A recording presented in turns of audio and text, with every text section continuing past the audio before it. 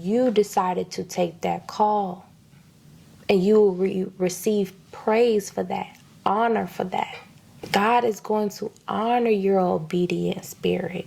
God honors all of his children that is obedient to what he tells them to do. You've been obedient to the commandments. So in this season, I know you feel it. You feel like things are shifting in the spiritual realm, and you are feeling correctly because your elevation is here. Your due season is here. Your harvest season is here. You are due. It is time to birth something new in you, and you are elevating in this season. So it's time to get excited because God is birthing a new thing in you.